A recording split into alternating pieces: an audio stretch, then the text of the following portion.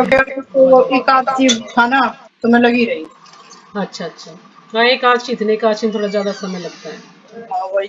माला भी तो 25 करनी पड़ती है, और खाने का भी बहुत ज्यादा काम बढ़ जाता है। मेरे घर में तो बढ़ जाता है, औरों का मुझे पता नहीं। नहीं माता जी, यही तो चक्कर हो गया।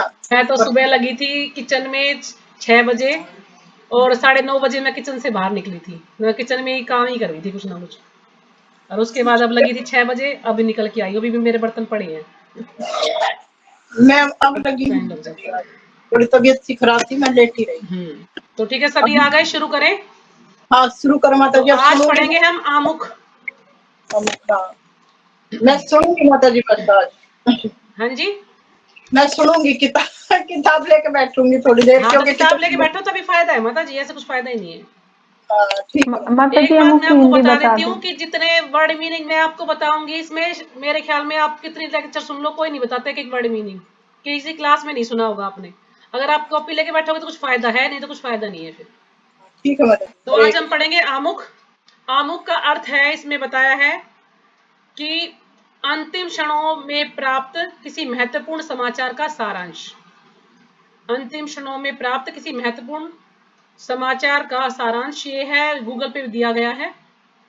यानी मूल, जो प्रभु जी बता रहे थे, मूल सारांश है, यानी उसका थोड़ा सा हिस्सा संक्षेप में बताया गया है।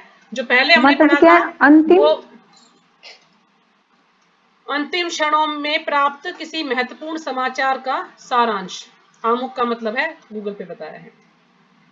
तो जो हमने जो इससे पहले पढ़ा था पृष्ठभूमि, वो लिखा था प्रकाशक ने, यानी जिसने ये किताब छापी थी, प्रिंट किया था, उसने ये लिखा है।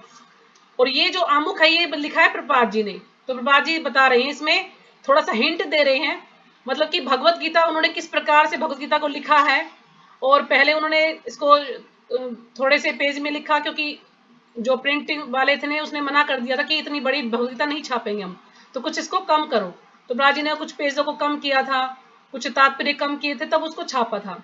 लेकिन बाद में जब लोगों को अच्छा लगा पढ़ना, फिर सबने मांग की कि नहीं आप इसको बिल्कुल अच्छे रूप में लिखिए, व्याख्या अच्छे से व्याख्या कीजिए इसकी। तो प्रभुपाद जी ने फिर जो किताब हम पढ़ रहे हैं, फिर इसको दोबारा से लिखा था, इसमें पूरा विस्तार से सब कुछ दे रखा है। तो इसमें यही प्रभुपाद जी बता रहे हैं।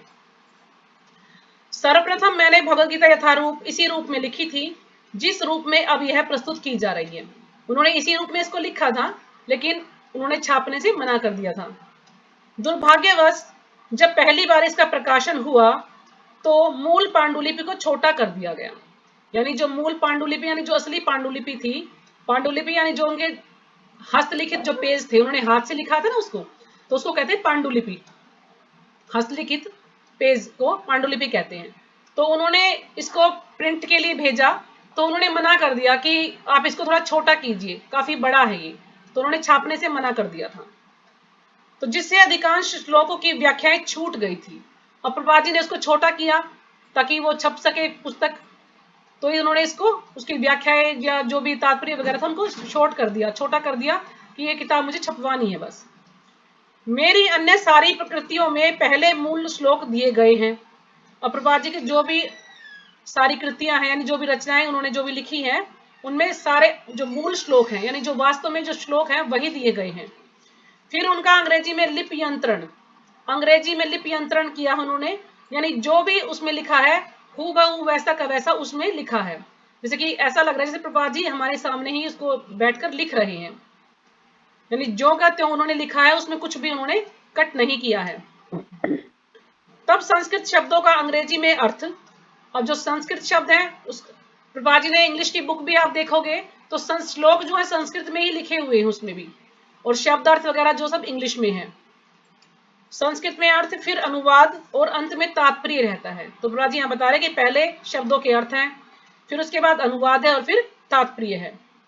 इससे कृति प्रमाणिक तथा विद्वता पूर्ण बन जाती है।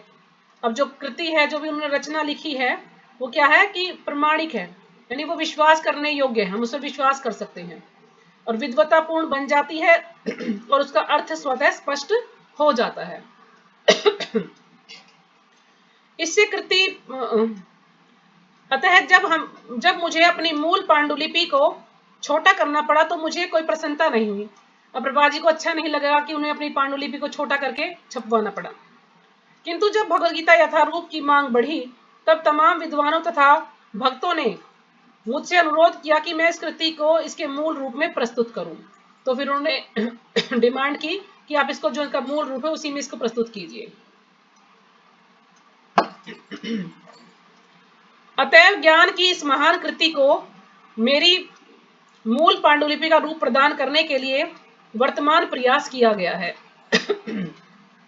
मतलब उस समय प्रभुपाद जी लिख रहे हैं तो वर्तमान यानी उस समय जो समय था उसमें उसको प्रयास किया जा रहा है, उसमें उसको ढंग से लिखने का, पूरी तरह से अच्छी तरह से लिखने का, जो पूर्ण परंपरागत व्याख्या से युक्त है। जो कि पूर्ण परंपरागत व्याख्या यानी जो भी उन्होंने अपने गुरु महाराज से आचार्यों से जो भी सुना है वही हमें उसी रूप में हमको दिया है, यानी परंपरा से उनको मिला हुआ है, जिससे कि कृष्ण भावनामृत आंदोलन की अधिक प्रगतिशील एवं पुष्ट स्थापना की जा सके। यानी उन्नतिशील और पुष्ट यानी बिल्कुल पक्की, बिल्कुल सही, उचित जो है उसकी स्थापना की जा सके, कोई भी उसमें त्रुटि ना हो। हमारा कृष्ण भावनामृत आंदोलन मौलिक ऐतिहासिक दृष्टि से प्रमाणिक, सहज तथा दिव्य है। अब जो कृष्ण भावनामृत आंदोलन है वो क्या है? मौलिक यानी मूल रूप में, बिल्कुल असली रूप में इतिहास से संबंधित है, दृष्टि से प्रमाणिक है, यानी विश्वास करने योग्य है, प्रमाणिक है, क्योंकि उन्होंने अपने गुरु महाराज से और आचार्यों से ही इसको सुना है और उन्हीं से दिया है। सरल है तथा दिव्य है, क्योंकि यह भगवद गीता यथारूप पर आधारित है। तो ये जो कृष्ण भावनामृत आंदोलन है वो भी भगवद गीता यथारूप पर ही आधारित है। यह संपूर्ण जगत में विशेषता नई पीढ़ी के बीच अति लोकप्रिय हो रहा है। तो उस समय जब प्रभुपाद जी ने इसको प्रिंट करवाया तो यानी जो युवा वर्ग के जो लोग थे, जो बच्चे थे, सभी को मतलब ये बहुत अच्छी लगी, और जो बुजुर्ग लोग थे उनको भी बहुत अच्छी लगी, सबको आनंद आया पढ़ने में। इसलिए उन्होंने डिमांड की कि इसको आप विस्तार रूप में दीजिए, अच्छे से व्याख्या कीजिए इसकी। यह प्राचीन पीढ़ी के बीच भी अधिकाधिक सुरुचि प्रदान करने वाला है, यानी सबको इसमें रुचि थी, सबको बहुत अच्छा लगा। प्रौढ़ इसमें इतनी रुचि दिखा रहे हैं कि हमारे शिष्यों के पिता तथा पितामह हमारे संघ के आजीवन सदस्य बनकर हमारा उत्साह वर्धन कर रहे हैं। यानी इतनी रुचि दिखाई लोगों ने कि वो उनके सदस्य बन गए, कृष्ण भावनामृत आंदोलन से जुड़ गए और आजीवन सदस्य यानी हमेशा के लिए परमानेंट उनके सदस्य बन गए, और उनका उत्साह वर्धन कर रहे हैं, यानी उनका उत्साह बढ़ा रहे हैं कि अब और अच्छा, और बहुत अच्छा कर रहे हैं, और अच्छा कीजिए। लॉस एंजलिस में अनेक माताएं तथा पिता मेरे पास यह कृतज्ञता व्यक्त करने आते थे।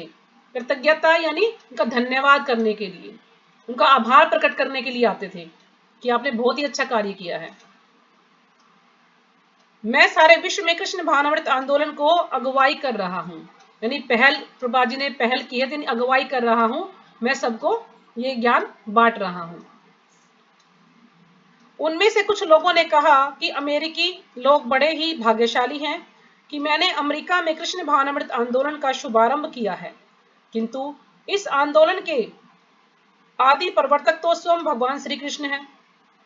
तो प्रभुपाद जी कह रहे हैं कि उनमें से कुछ लोगों ने कहा कि अमेरिका के लोग जो है बड़े ही भाग्यशाली हैं, क्योंकि उनको ये कृष्ण भावनामृत आंदोलन का शुभारंभ यहाँ पर किया गया है। लेकिन प्रभुपाद जी कह रहे हैं कि मैंने कुछ नहीं किया, ये तो पहले से ही भगवान श्री कृष्ण कर चुकी हैं, यानी उन्होंने ही पहले से ही इसका शुभारंभ कर दिया था। वो तो क्या है, एक माध्यम है, जरिया मात्र है बस। क्योंकि किंतु इस आंदोलन के आदि प्रवर्तक यानी आदि हमेशा से जो है प्रवर्तक कौन है? भगवान श्री कृष्ण है, क्योंकि यह आंदोलन बहुत काल पूर्व प्रवर्तित हो चुका था, पहले से ही चला आ रहा है, ये पहले से ही प्रकट हो चुका था, और परंपरा द्वारा यह मानव समाज में चलता आ रहा है, और परंपरा के द्वारा सबको इसका लाभ मिलता जा रहा है। जैसे कि भगवान ने पहले सूर्यदेव के पुत्र विवस्वान को ये ज्ञान दिया, फिर उन्होंने आगे इसको दिया, और उससे पहले जो भागवतम का ज्ञान था पहले नारद मुनि को, फिर नारद मुनि से व्यासदेव ने अपने पुत्र सुखदेव गोस्वामी को दिया, और इस तरह से फिर ये कालांतर में कहते हैं ये छिन्न भिन्न हो गई, और उसके बाद काफी वर्षों बाद फिर अर्जुन को ये ज्ञान दिया था भगवान ने।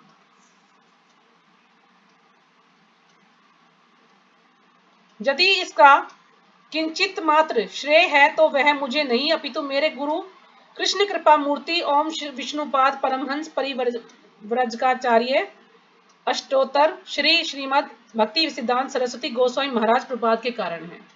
तो प्रभुपाद जी कह रहे हैं कि यदि इसका थोड़ा सा भी श्रेय है तो वो है मेरे गुरु महाराज को, यानी मुझे इसका श्रेय नहीं, गुरु महाराज को श्रेय है, जिनकी वजह से मैं ये कार्य कर पाया हूं। यदि इसका कुछ भी श्रेय मुझे है तो बस इतना ही कि मैंने बिना किसी मिलावट के भगवत गीता को यथारूप में प्रस्तुत करने का प्रयास किया। यदि थोड़ा सा भी श्रेय है तो बस यही है कि मैंने बिना मिलावट के इसको प्रस्तुत किया है, किसी प्रकार की कोई भी मिलावट नहीं है, यानी जैसा उन्हें मिला ज्ञान वैसा का वैसा उन्होंने हमें दिया है। मेरे इस प्रस्तुतिकरण के पूर्व भगवत गीता के जितने भी अंग्रेजी संस्करण निकले हैं उनमें व्यक्तिगत महत्वाकांक्षा को व्यक्त करने के प्रयास दिखते हैं। तो प्रभुपाद जी कह रहे हैं कि यानी मेरे अंग्रेजी में इसका अनुवाद करने से पहले, यानी प्रभुपाद जी ने भी इंग्लिश में किताब छपवाई भगवत गीता की, यानी मेरे प्रिंट कराने से पहले ही जो और लोगों ने भी अंग्रेजी में भगवत गीता प्रिंट की है, यानी प्रकाशन किया है इंग्लिश में, लेकिन उन्होंने क्या किया है, उन्होंने व्यक्तिगत महत्वाकांक्षा यानी अपने आप को, अपनी प्रशंसा, अपने आप को प्रसिद्ध करने के लिए, यानी अपने को प्रसिद्ध करने के लिए इसको छापा है, यानी अपना मेरा नाम हो कि भी उस व्यक्ति ने इसको लिखा है, यानी मेरी प्रसिद्धि होनी चाहिए, इस भाव से उन्होंने इसको लिखा है। किंतु भगवत गीता यथारूप प्रस्तुत करते हुए हमारा प्रयास भगवान कृष्ण के संदेश को प्रस्तुत करना रहा है। लेकिन प्रभुपाद जी कहते हैं कि हमारा जो भाव है वो क्या है कि बस ये जो भगवत गीता यथारूप है इसको हम भगवान श्री कृष्ण के संदेश के रूप में जो है प्रस्तुत करें। हमारा इसमें अपना कोई निजी स्वार्थ नहीं है कि मैं जो है बहुत प्रसिद्ध हो जाऊंगा, बहुत पॉपुलर हो जाऊंगा, लोग मुझे जानने लगेंगे कि भाई इस व्यक्ति ने भगवत गीता छापी है, नहीं। लेकिन जो और लोग छापते हैं वो अपनी प्रसिद्धि के लिए इसको छापते हैं ताकि उनका नाम हो जाए समाज में। हमारा कार्य तो कृष्ण की इच्छा को प्रस्तुत करना है, न कि किसी राजनीतिक, दार्शनिक या वैज्ञानिक की सांसारिक इच्छा को। कहते हैं कि हमें कृष्ण का संदेश जो है उसको प्रस्तुत करना है, अपनी किसी निजी इच्छा को प्रस्तुत नहीं करना है, क्योंकि इनमें चाहे कितना ही ज्ञान क्यों न हो, कृष्ण विषयक ज्ञान रंच मात्र भी नहीं पाया जाता। अब जो दार्शनिक है, विज्ञानी है, राजनीतिक है, उनमें चाहे कितना ही ज्ञान हो, कितने बड़े ज्ञानी हो, लेकिन भगवान के प्रति उनके अंदर बिल्कुल रंच मात्र भी, थोड़ा सा भी ज्ञान नहीं है।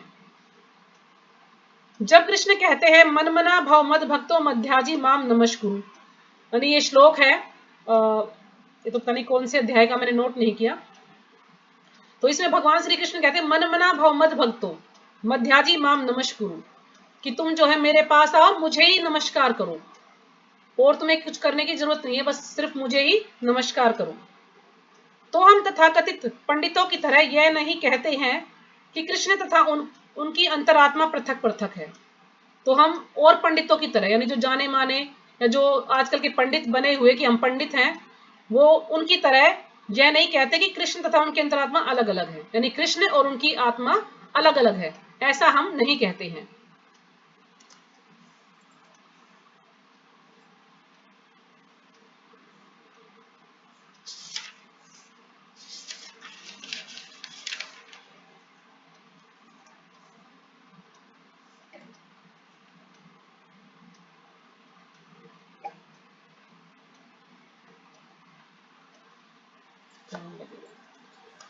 ये तो मायावादी कहते हैं ना माता जी?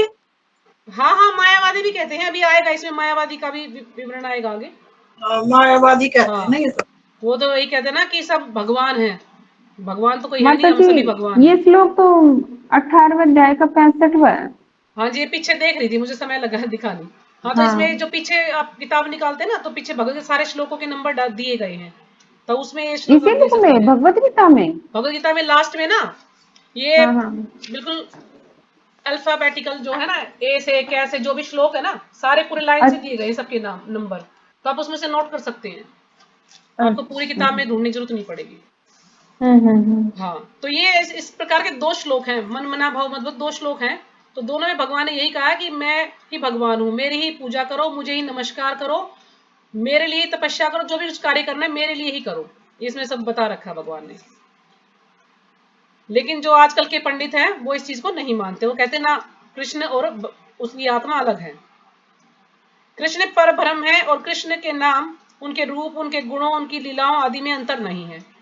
तो यहाँ पर बाजी कह रहे कृष्ण पर ब्रह्म है, यानी कृष्ण ही परम भगवान है और कृष्ण के नाम, रूप, गुणों तथा लीलाओं में कोई भी अंतर नहीं है। जो व्यक्ति परंपरागत कृष्ण भक्त नहीं है, उसके लिए कृष्ण के सर्वोच्च ज्ञान को समझ पाना कठिन है। अब जो कृष्ण का भक्त नहीं है, परंपरागत यानी जो परंपरा से जो भी ज्ञान मिला उसका भक्त नहीं है वो, तो उसको एक ज्ञान समझने में मुश्किल होगी, यानी उसको सर्वोच्च ज्ञान समझ पाना कठिन है। सामान्यतः तथाकथित विद्वान, राजनीतिक, दार्शनिक तथा स्वामी कृष्ण के सम्यक ज्ञान के बिना भगवत गीता पर भाष्य लिखते समय या तो कृष्ण को उसमें से निकाल फेंकना चाहते हैं या उनको मार डालना चाहते हैं।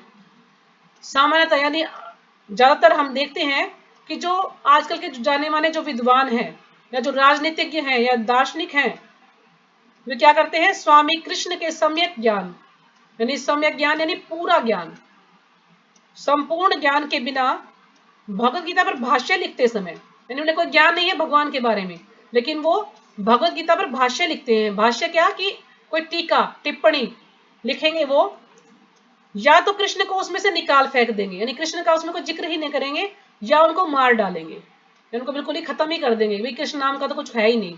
ऐसे वो आजकल के भाष्य लिखते हैं, जो कि ये दार्शनिक हैं या जो राजनीतिज्ञ हैं या जो अपने आप को पंडित बताते हैं, जो विद्वान हैं। भगवत गीता का ऐसा अप्रमाणिक भाष्य मायावादी भाष्य कहलाता है। अब आ गया ना मायावादी का नाम, कि ऐसा जो अप्रमाणिक भाष्य जिसमें भगवान कृष्ण का कोई नाम ही नहीं है, वो अप्रमाणिक है, वो क्या है, मायावादी भाष्य है। मायावादी लोग ऐसा लिखते हैं। और श्री चैतन्य महाप्रभु हमें ऐसे अप्रमाणिक लोगों से सावधान कर पाते हैं, और जो चैतन्य महाप्रभु हैं ऐसे लोगों से हमें सावधान करते हैं कि हमें ऐसे लोगों का संग नहीं करना चाहिए, क्योंकि ऐसे लोगों का हम संग करेंगे तो क्या होगा, हमारा बिल्कुल सर्वनाश हो जाएगा। क्योंकि ऐसे लोग सिर्फ कहते हैं कि हम सभी भगवान हैं, भगवान नाम का कोई है ही नहीं। जब कुछ मानते हैं तो भगवान को ब्रह्म रूप में, यानी भगवान निराकार है, भगवान का कोई रूप ही नहीं है। जब भगवान ने हम सबको रूप दिया तो उनका कोई रूप नहीं है।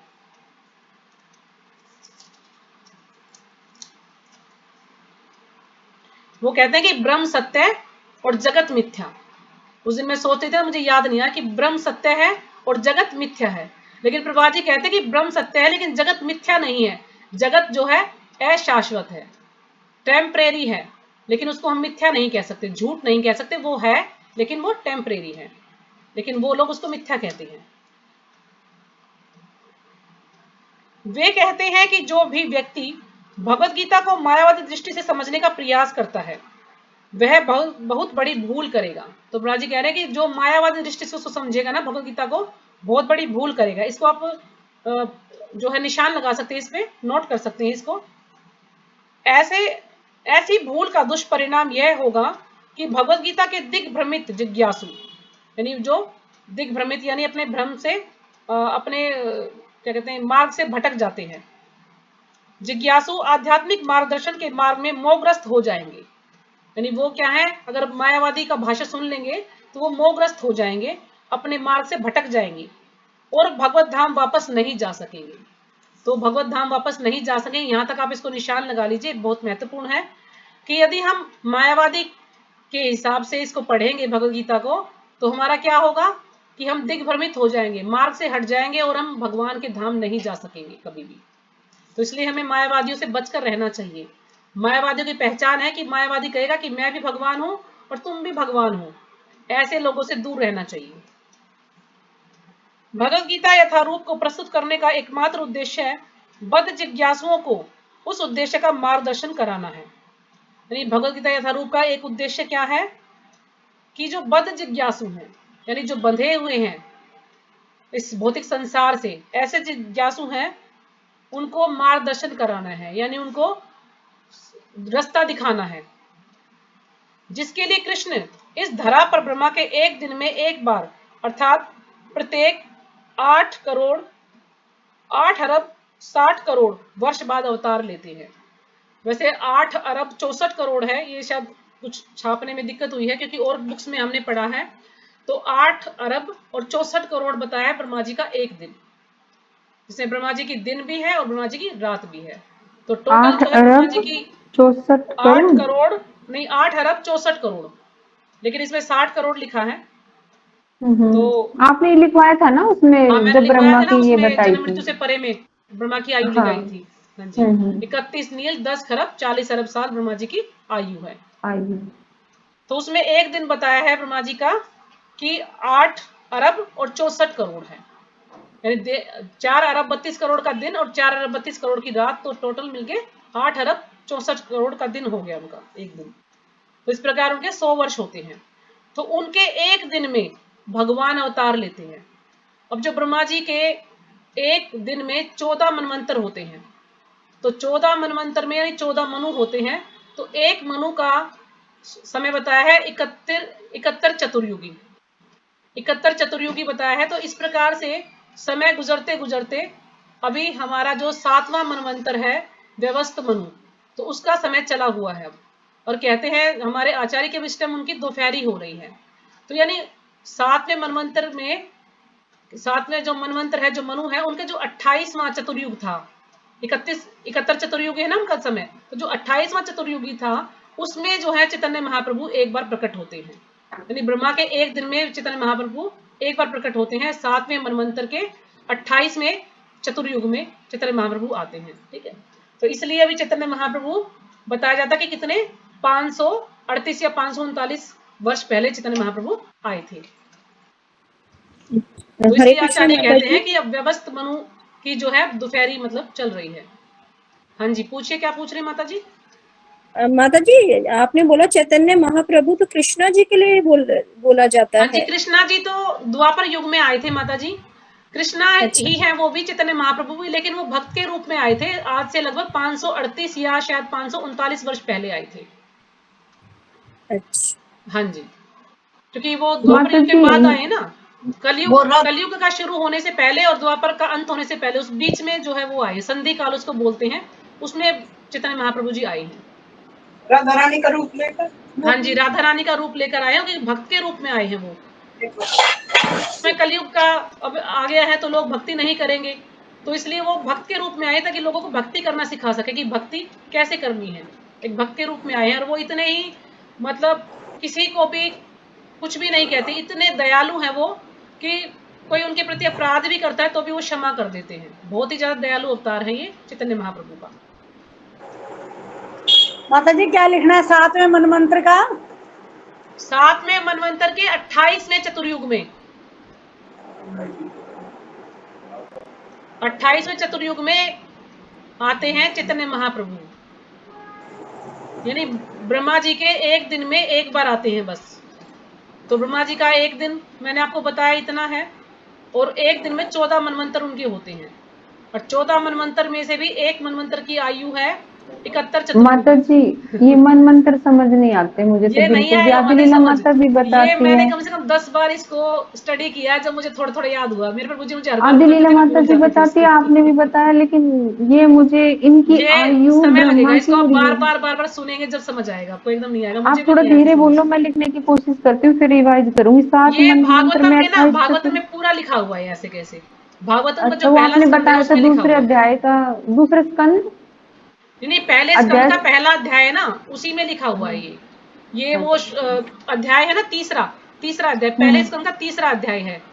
प्रत्येक वस्तु के स्रोत भगवान श्री कृष्ण वाला है ना, जिसमें पूरे 24 उनके अवतार बताए गए हैं, उसी में ये सारा बताया गया मनवंतर का। मनमंत्र यही होता होगा ना हरे कृष्ण माता जी, जो जैसे नहीं नहीं, 14 मनु। 14 मनु, हाँ 14 मनु, हाँ, 14 मनु होते हैं, उनको मनवंतर बोलते हैं।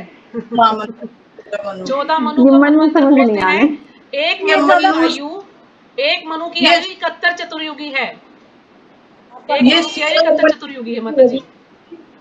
और ये एक चतुर्युग होता है 43,20,000 का होता है एक चतुर्युग, जिसमें कि चारों युग, त्रेता, सतयुग, द्वापर, त्रेता और कलयुग, चारों युग मिलकर 43,20,000 का एक युग माना जाता है। इस प्रकार से 71 चतुर्युगी आते हैं एक मनवंतर में, यानी एक मनु की आयु है ये, समझ लीजिए आप। ये मनु से शुरू हुआ था ना माता जी? हाँ जी हाँ जी, आपने भागवतम आप सुनते रहते तो मनु का तो इतनी बार जिक्र आता है कि मनु, वो मनु वाला मनु, दूसरा वाला मनु, ये सारे बहुत मनु के आता बारे है, में आता माता है। जी हाँ, समझाती भी है। तो स्वयं बहुत मतलब इसको स्टडी करना पड़ेगा बहुत ज्यादा, जब समझ आएगा इसको। मैंने भी इसको इतनी एक तो बार पढ़ा है, सुना है, जब अभी जाके मुझे मुझे थोड़ा सा याद होने लगा अब। अभी तो मुझे थोड़ा भी याद थोड़ा है। तो मुझे ये आया है, अपरा और पराशक्ति में थोड़ा सा टट पर है, ये थोड़ा सा मैंने बहुत बार सुना तो समझ में आया है। और ये ब्रह्मा की आयु और ये जो मन मंत्र है, ये तो बिल्कुल नहीं आता। हाँ जी, ये कई चीज ऐसी माता जी बार बार बार बार उसको पढ़ेंगे जब आपको याद होगा, नहीं तो याद नहीं होने और वाला ये है। बहिरंगा अंतरंगा शक्ति तो मैंने बार बार आपसे सुनी, उनसे हाँ, सुनी और बहिरंगा किसी और से सुनी। अंतरंगा और परा और शक्ति ये सब दोनों सेम ही है। हाँ तो ये सब सेम ही है। मतलब ये मेरे को अब थोड़ा सा समझ आया कि हाँ हाँ कुछ हाँ हाँ। और ये नहीं आया। ठीक है, आगे पढ़ते हैं। जी। भगवत गीता में इस उद्देश्य का उल्लेख हुआ है और हमें उसे उसी रूप में ग्रहण कर लेना चाहिए। यानी उस उद्देश्य के बारे में बता रहे, इसी को हमें इसी रूप में ग्रहण करना है। अन्यथा भगवत गीता तथा उसके वक्ता भगवान नहीं कृष्ण बस को समझने का कोई अर्थ नहीं है। कोई बोला? यानी हम जो है भगवत गीता और उसके वक्ता भगवान कृष्ण को समझने का कोई अर्थ नहीं है।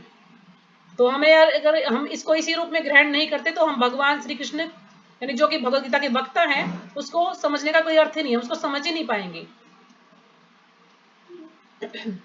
भगवान कृष्ण ने सबसे पहले लाखों वर्ष पूर्व सूर्य देव से भगवत गीता का प्रवचन किया था। तो लाखों वर्ष पहले सूर्य देव को ये ज्ञान दिया था उन्होंने भगवत गीता का। हमें इस तथ्य को स्वीकार करना होगा और कृष्ण के प्रमाण की गलत व्याख्या किए बिना भगवत गीता के ऐतिहासिक महत्व को समझना होगा। यानी हमें जो गलत व्याख्या उससे दूर रहना है और जो सही व्याख्या है या ऐतिहासिक जो व्याख्या है उसको ही हमें समझना होगा अच्छे से।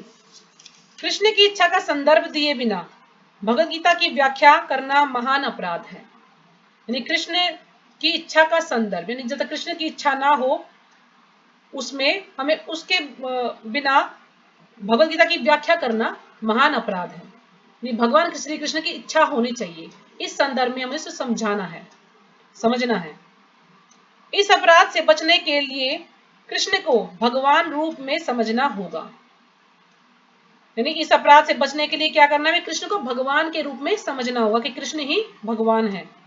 जिस तरह से कृष्ण के प्रथम शिष्य अर्जुन ने उन्हें समझा था, अर्जुन ने उन्हें भगवान ही समझा था कि आप तो भगवान हैं, आप मेरे गुरु हैं। भगवत गीता का ऐसा ज्ञान वास्तव में लाभप्रद है और जीवन उद्देश्य को पूरा करने में मानव समाज के कल्याण हेतु प्रामाणिक भी होगा।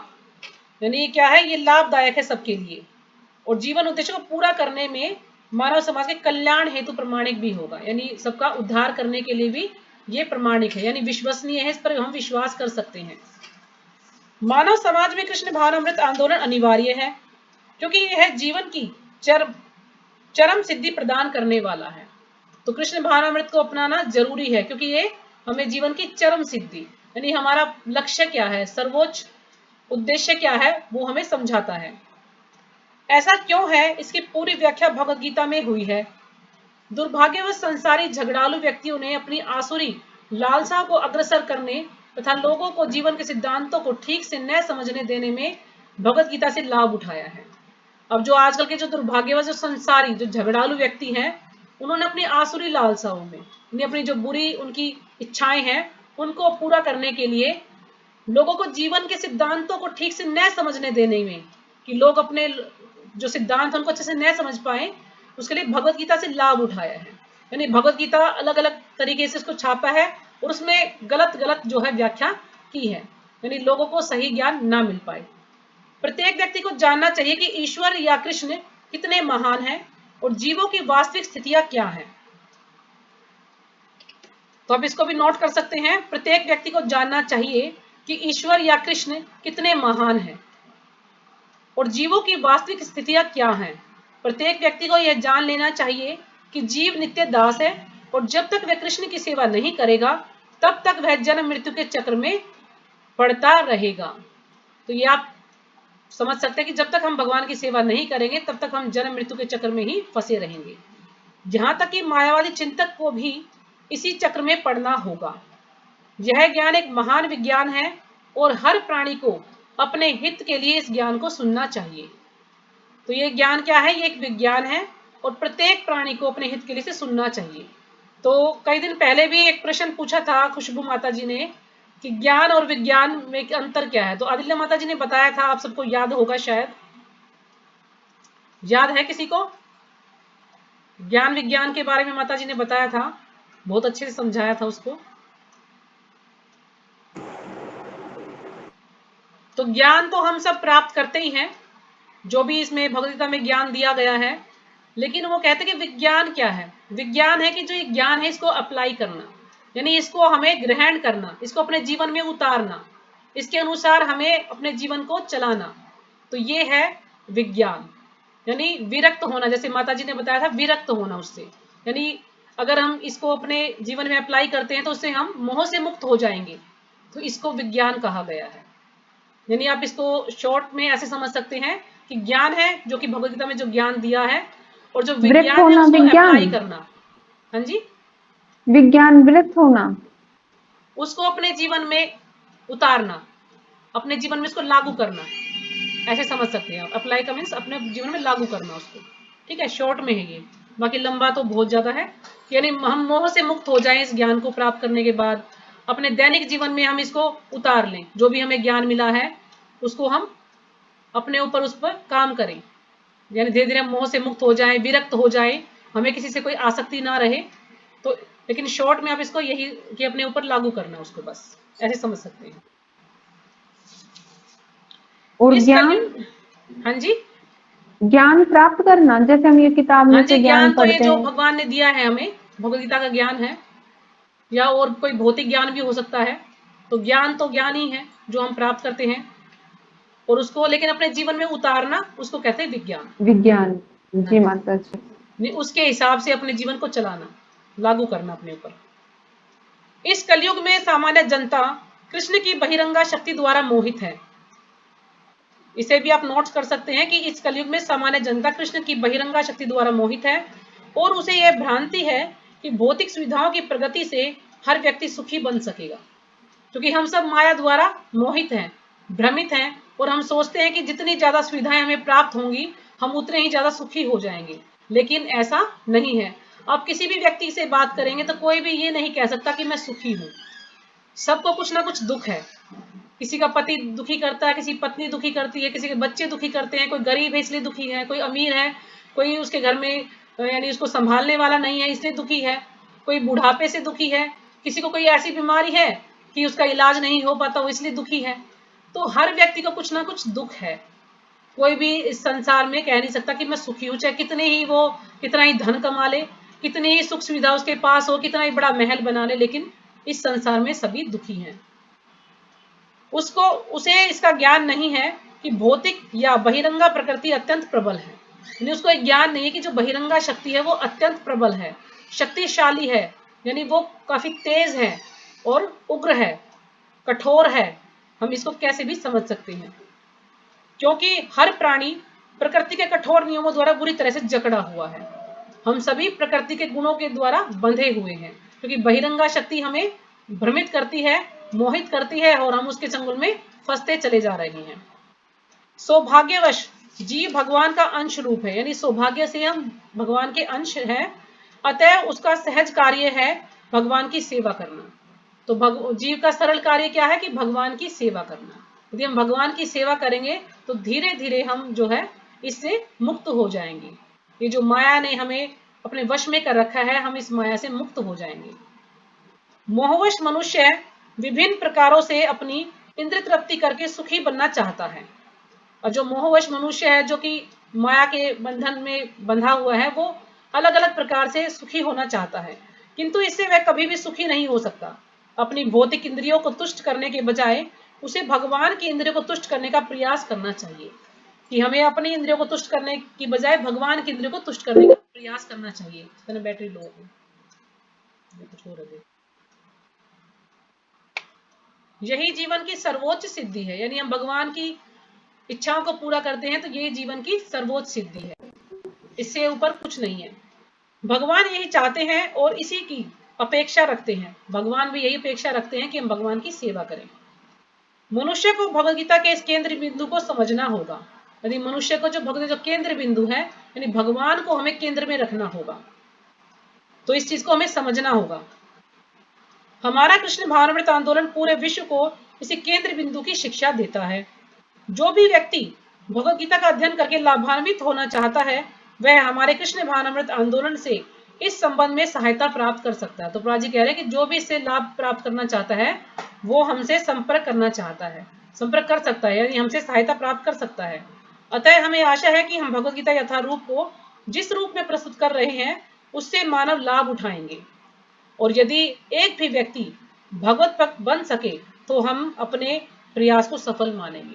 तो प्रभुपाद जी कह रहे हैं यदि एक भी व्यक्ति भगवान का भक्त बन जाए तो हम अपने आप को सफल मानेंगे कि जो हमने प्रयास किया वो सफल है। तो ये प्रभुपाद जी ने लिखा है एसी भक्ति वेदांत स्वामी, 12 मई 1971, सिडनी, ऑस्ट्रेलिया, यानी 12 मई 1971 को ये प्रभुपाद जी ने लिखा।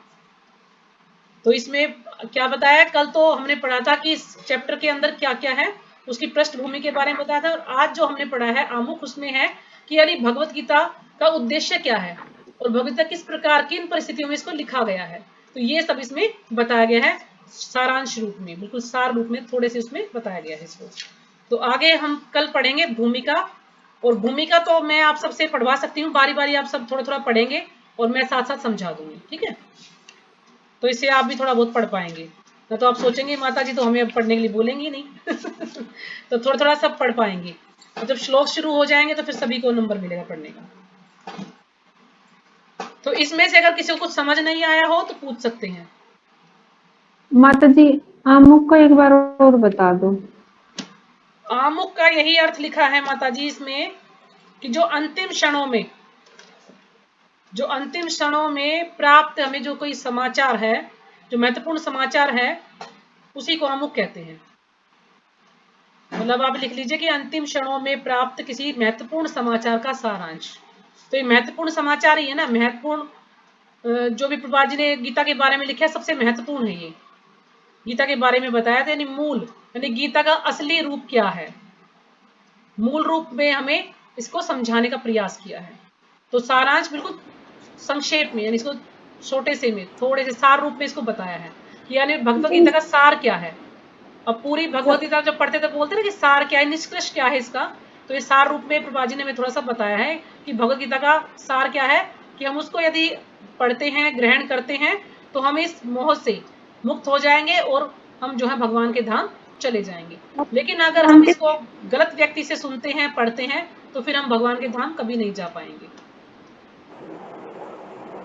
माता जी एक बार फिर बोल, जो अंतिम हरे कृष्ण माता जी ये बहिरंगा और अंतरंगा आप एक बार बता देंगे। हाँ जी बिल्कुल बताएंगे। माता जी जो अंतिम क्षणों में एक बार बोल दो ना, मैं लिख लूं उसको। अंतिम क्षणों में प्राप्त किसी महत्वपूर्ण समाचार का सारांश। आमुख का मतलब ये गूगल पे मैंने लिखा है देख के वहां से, कि अंतिम क्षणों में प्राप्त किसी समाचार, महत्वपूर्ण समाचार का सारांश। लिख लिया माता जी। हाँ जी, आप इसको ऐसे भी समझ सकते हैं कि मूल सारांश, भगवद गीता का छोटा सा सार रूप में भगवद गीता कैसे हमें उसको ग्रहण करना चाहिए उसके बारे में बताया है। मतलब सार रूप में भी लिख सकते हैं आप इसको, ठीक है, अगर इतना लंबा याद ना हो तो सार रूप में।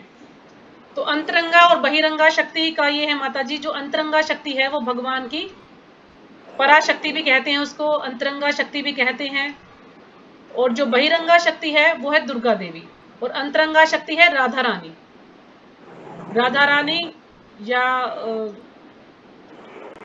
योग माया भी बोलते हैं उसको, और बहिरंगा शक्ति को दुर्गा देवी बोलते हैं। तो जो हम इस भौतिक संसार में रह रहे हैं इसकी कंट्रोलर है दुर्गा देवी, जहाँ की इसको जेलर बताया गया है। यानी हम यहाँ पर जो भी कार्य करते हैं उसके अनुसार जो भी दंड हमें मिलना चाहिए वो हमें सिर्फ दुर्गा देवी देती है। तो दुर्गा देवी को पूरा चार्ज यहाँ का दिया गया है भौतिक संसार का, और वो हमें बार बार टेस्ट लेती रहती है, हमारा हमें मोहित करती रहती है, भ्रमित करती रहती है, ऐसे ऐसे प्रलोभन देती हैं कि हाँ ये चीज़ बहुत अच्छी है, ये गाड़ी बहुत अच्छी है, या ये खाने वाली वस्तु बहुत अच्छी है, मतलब ऐसे हमें भ्रमित करती है और हम उसके भ्रम में आकर के वो गलत कार्य करने लगते हैं। हम भगवान की तरफ नहीं जा पाते हैं क्योंकि वो टेस्ट लेती है। जैसे ही आपने कभी, जैसे आप तो शायद अभी जप नहीं करते होंगे, लेकिन जो लोग जप करते हैं उन्हें इसका ज़्यादा एक्सपीरियंस है। जब हम जप करते हैं तो हमें कई कई साल पुरानी बातें जो है याद आएंगी, वैसे कभी याद नहीं आती, लेकिन जब जप करेंगे तो सारी बातें उसी समय याद आएंगी। हमारा ध्यान जो है बार बार इधर उधर भटकता ही है, कितना ही ध्यान लगा लेकिन ध्यान हमारा जाएगा ही। और वैसे वो चीजें हमें कभी याद नहीं। तो ये जो माया देवी है, इसको माया देवी भी बोलते हैं, बहिरंगा शक्ति भी बोलते हैं, अपरा शक्ति भी बोलते हैं, इसको निकृष्ट शक्ति कहा गया है भगवान की। तो ये बार बार हमें टेस्ट लेती रहती है हमारा, कि हम कितने शुद्ध हुए हैं, हम कितना ध्यान लगा पा रहे हैं भगवान में। तो बार बार हमें भ्रमित करती है, परेशान करती है। लेकिन जो योग माया है, जो राधा रानी है, वो हमें भ्रमित करती है योग माया, लेकिन वो हमें भगवान के पास जाने के लिए भ्रमित करती है। वो हमारी सहायता करती है कि हम किस प्रकार से भगवान के धाम जाएं, भगवान की भक्ति करें। तो इस चीज से के लिए हमें जो है भ्रमित करती है कि हम भगवान के पास जा पाए। लेकिन जो योग माया है, ये जो बहिरंगा शक्ति है, ये हमें इस भौतिक संसार में ही फंसाए रखती है, बस कि हम भौतिक संसार में ही फंसे रहें और यहीं पे बस अपना लगे रहें। तो हमें कोशिश करनी है कि, और जब हम इसे छूट पाएंगे माता जी, जब हम बार बार अभ्यास करेंगे। क्योंकि एकदम से हम कहते हैं कि हम माया से छूट जाएंगे जब कर रहे हैं, नहीं, ऐसा नहीं होगा। कितने ही बड़े बड़े जो भक्त हैं वो भी माया के चंगुल में फंस जाते हैं। जैसे कि विश्वामित्र का उदाहरण दिया जाता है कि विश्वामित्र ने कितने 10,000 वर्षों तक भगवान की भक्ति की, और जैसे ही मेनका आई उनके पास माया का रूप लेकर उनकी परीक्षा लेने के लिए, मेनका आई है, मेनका सुंदर है और डांस करती है, अप्सरा है, तो विश्वामित्र मोहित हो जाते हैं और भक्ति छोड़ छाड़ के उससे विवाह कर लेते हैं, और फिर काफी सारे बच्चे वो पैदा करते हैं और फिर उसी में लगे रहते हैं। काफी बाद उन्हें जब होश आता है कि मैंने क्या कर दिया, फिर दोबारा से वो भक्ति स्टार्ट करते हैं। तो यानी जो बड़े बड़े योद्धा है ना, वो भी पतित हो जाते हैं, माया के मुंह में फंस जाते हैं। जैसे कि शोभरी मुनि का उदाहरण दिया जाता है कि शोभरी मुनि 60,000 वर्षों तक उन्होंने तपस्या की, भगवान की भक्ति की, भगवान को प्राप्त करने के लिए। तो उन्होंने क्या किया कि वो पानी के अंदर जाके तपस्या करने लगे कि कोई मुझे यहाँ डिस्टर्ब ना करे। बाहर पानी के अंदर जाके तपस्या करने लगे, तो वहां पर उन्हें 2 मछलियों को संभोग करते हुए देख लिया, और बस तब से ही उनका दिमाग भी चकरा गया और उन्होंने बाहर आ गए एकदम से। उन्होंने कई रानियों से, एक राजा की कई रानियां थी, कई लड़कियां थी, पता नहीं 9 थी या ज्यादा थी, मुझे भी इतना याद नहीं है। तो सभी से उन्होंने विवाह कर लिया। पहले तो उन्होंने सोचा कि क्योंकि अब 60,000 वर्ष तक वो भक्ति कर रहे थे तो उनकी शक्ल बिल्कुल अजीब सी हो रखी थी, तो भी इस बूढ़े व्यक्ति से कौन विवाह करे। लेकिन वो समझ गए कि ये ऐसा सोच रहे हैं। फिर उन्होंने अपना ऐसा रूप बनाया कि वो उसके रूप पर मोहित हो गए और सभी लड़कियों ने उसी से विवाह कर लिया। और जब सभी लड़कियों ने उससे विवाह कर लिया तो इतने सारे बच्चे हो गए, तो उसी में वो लगे रहे। तो इस प्रकार जो बड़े बड़े योद्धा कहते हैं कि वो भी पतित हो जाते हैं, तो माया उनको भी भ्रमित करती है। लेकिन जो भगवान श्री कृष्ण की भक्ति करते हैं, जो कि संग में भक्ति करते हैं, उन्होंने क्या किया कि एकांत में भक्ति करने की कोशिश की, लेकिन वो सक्सेसफुल नहीं हुए। लेकिन जो हरिदास ठाकुर हैं, हरिदास ठाकुर ब्रह्मा जी के अवतार माने जाते हैं। तो हरिदास ठाकुर भगवान श्री कृष्ण की भक्ति करते थे और भक्तों के संग में भक्ति करते थे। इसलिए जब माया देवी एक वेश्या का रूप लेकर उनके पास आती है, तो वो कहती कि मैं तुम्हारा संग करना चाहती हूँ। लेकिन उन्होंने कहा कि मेरा अभी जप बाकी है, आप बैठिए, मैं संग करूंगा आपका, लेकिन अभी पहले मैं जप पूरा कर लूं उसके बाद। और वो हरिदास ठाकुर तो इतने 192 माला करते थे, उनके पास तो समय ही नहीं था। वो सिर्फ 1-2 घंटे में ही अपना जो दैनिक कार्य वो करते थे, बाकी वो पूरा समय माला ही करते रहते थे। तो वो पूरी रात बैठी रहती है वेश्या, और वो उनका जप ही नहीं पूरा होता। वो फिर चली जाती है, फिर वो अगले दिन फिर आती है, फिर से वही कार्यक्रम, फिर तीसरे दिन फिर आती है। तो हरिदास ठाकुर रोज यही बोलते हैं कि जब मेरा जब पूरा हो जाएगा तो मैं आपका संग करूंगा। लेकिन वो जब पूरा होता ही नहीं, तो वो मतलब इतना उससे कुंठित हो जाती है, इतना गुस्से में आ जाती है, जैसे चिड़चिड़ा हो जाता है ना इंसान, ऐसे बोलती है हरे कृष्णा कृष्ण कृष्ण हरे हरे, ऐसे करते रहते हैं, इसका तो जब ही पूरा नहीं होता। मतलब वो ऐसे करते करते कि खुद ही भक्त बन गई। मतलब उसकी बुद्धि एकदम से इतनी प्रभावित हुई कि उसने अपनी जो भी संपत्ति थी सारी गरीबों में बांट दी, और फिर वहीं पर कुटिया बनाकर और वहीं पर भगवान का नाम लेने लगी, और बिल्कुल सती साध्वी बन गई। और हरिदास ठाकुर ने उनको अपनी कुटिया सौंप दी और फिर वो दूसरे स्थान पर चले गए। तो ये होता है भक्तों का संग। यदि हम अकेले में भक्ति करेंगे तो जरूर हम पतित हो सकते हैं, लेकिन हम भक्तों के संग में भक्ति करेंगे तो हम कभी भी पतित नहीं होंगे। तो इसलिए हमें भक्तों के संग में भक्ति करनी चाहिए। कुछ समझ आया माता जी? हाँ माता जी। माता जी आपको इसके धीरे धीरे समझ में आएगा, बार बार सुनोगे ना इसको, जब आपको समझ में आएगा ये। नहीं, अब तो आने लगा माता जी। शुरू में तो 1-2 क्लासेस में मुझे लगता था पता नहीं बनाए थे परा और अपरा शक्ति के, मैं अभी वो ग्रुप में डाल देती हूँ, आप सब उसमें से देख लेना। ठीक है, मैंने ग्रुप नोट्स बना रखे हैं। माता जी हरिदास ठाकुर जी का किसका रूप था? हाँ जी, कौन? हरिदास ठाकुर जी का। ये ब्रह्मा जी के अवतार माने जाते हैं माता जी। हरिदास ठाकुर ब्रह्मा जी के अवतार हैं। क्योंकि आपने ब्रह्मा जी की कथा सुनी होगी ना, जब ब्रह्मा जी ने गायों को और बछड़ों को और ग्वालों को चुरा लिया था ना उस कथा में, तो फिर उसका प्रायश्चित करने के लिए उन्होंने ये अवतार लिया था हरिदास ठाकुर का, ये बताया जाता है शास्त्रों में। फिर उन्होंने भगवान की काफी भक्ति की और फिर वो चले गए भगवान के पास। ठीक है माता जी, धन्यवाद माता जी। हरे कृष्णा माता जी, धन्यवाद आपका, बहुत बहुत धन्यवाद। ठीक है माता जी, आप माता सभी जी का आप धन्यवाद कोशिश कि तो आप सब बहुत कर अपना रहे हो, समय दे रहे हैं लेकिन मुझे। और मैं जो कुछ भी थोड़ा बहुत बता पा रही हूँ आपको, ये सब गुरु महाराज की और भगवान की कृपा है, तभी मैं थोड़ा बहुत बता पा रही हूँ। कह रहे जब तक भगवान की और गुरु की कृपा नहीं मिलती, कोई कुछ नहीं बता सकता। बहुत जब हम कुछ व्यास बता रहे आसन हो में माता बैठते जी। हैं ना, तो हमें नहीं पता कि हम क्या बता पाएंगे। ये इसकी मैंने कोई ज्यादा तो कुछ तैयारी नहीं की है। जब भगवान को बुलवाना होता है तो अपने आप ही बुलवाते हैं। और कई बार तो ऐसा होता है कि मैं जब कुछ समझाती हूँ ना, तो हरिदास ठाकुर का नाम ही नहीं आता मेरी जीभ पे, मैं वो सोचती रहती हूँ और मैं उसका नाम ही भूल जाती हूँ। ऐसा भी हो जाता है कई बार मेरे साथ। तो ये सब भगवान की माता कृपा जी ही है जो कुछ बोल हमारे पा रहे हैं ऊपर हम। कब होगी भगवान कृष्ण की कृपा, जो हम भी कुछ आप पर याद भी कर भगवान लें। की कृपा है, तभी तो आप भक्ति से जुड़े हो, नहीं तो पता नहीं कहाँ घूम रहे होते, भटक रहे होते इधर। भगवान की कृपा है याद तभी तो। करने की कृपा और और दे पिछले दे। जन्म में भी आपने थोड़ी बहुत भक्ति की है, तभी भक्ति से जुड़े हो आप। ऐसे कोई भक्ति से नहीं जुड़ सकता। पिछले जन्म में भी थोड़ा बहुत कुछ किया होगा, कोई सुकृति होगी आपकी, तभी आप भक्ति से जुड़े हो आज। हरे कृष्णा माता जी ने हाँ जी, हरे कृष्णा। माता जी बहुत बहुत धन्यवाद आपको तो इतना ठीक अच्छे है, से कल हम समझाने पढ़ेंगे के लिए। भूमिका, और आज 10 बज चुके हैं, तो यहीं पे विराम करते हैं। ठीक है, आप सब कोशिश हरे कृष्णा कीजिएगा कि माता 9 जी। बजे करेक्ट यहाँ पे आ जाएं। आप सब आते हैं 9:05 के बाद, तो उसमें भी थोड़ा टाइम वेस्ट होता है हमारा। माता जी आज कौन सी आरती गाई थी आपने? मैंने कल गौर आरती भजन। गाई थी, आज तो भजन गाया था माता जी मैंने। आज कौन सा भजन गाया था? मैं तो सुना ही नहीं। राधा कृष्ण राधा प्राण मोरा, कृष्ण प्राण मोरे, जुगल किशोर। युगल किशोर, क्योंकि वो माता जी कह रही थी कि दीवाना भजन करवाया मरण। करो माता जी, अगर आपको हाँ क्लास माता चलानी है तो। अब वो एक उसी दिन से गायब है, वो माता जी तो आ ही नहीं रही है।